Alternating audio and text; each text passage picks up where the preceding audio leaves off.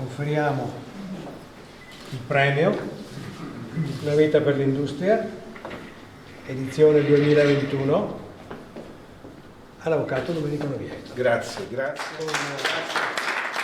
Viene assegnato ogni anno ad una personalità che abbia testimoniato con il proprio impegno i valori della cultura d'impresa, contribuendo al progresso della collettività. È il premio Una vita per l'industria. Quest'anno, in occasione della 34esima edizione, il riconoscimento è stato assegnato all'avvocato Domenico Noviello. Una persona che ha proprio dedicato la propria vita a un'azienda, all'industria, una persona che ha seguito i rapporti con le associazioni datoriali come Confindustria, una persona che si è sempre dimostrata generosa nei confronti del nostro territorio. Numerose le esperienze di Noviello. In oltre 30 anni di carriera ha ricoperto incarichi di responsabilità nel gruppo Eni. Dal giugno 2020 è alla guida del Fondo Pensioni Solidarietà Veneto e direttore di Confindustria Energia. Quali sono le caratteristiche che fanno grande un manager? Insieme alla preparazione e alla competenza che sono di rilievo, la capacità di delegare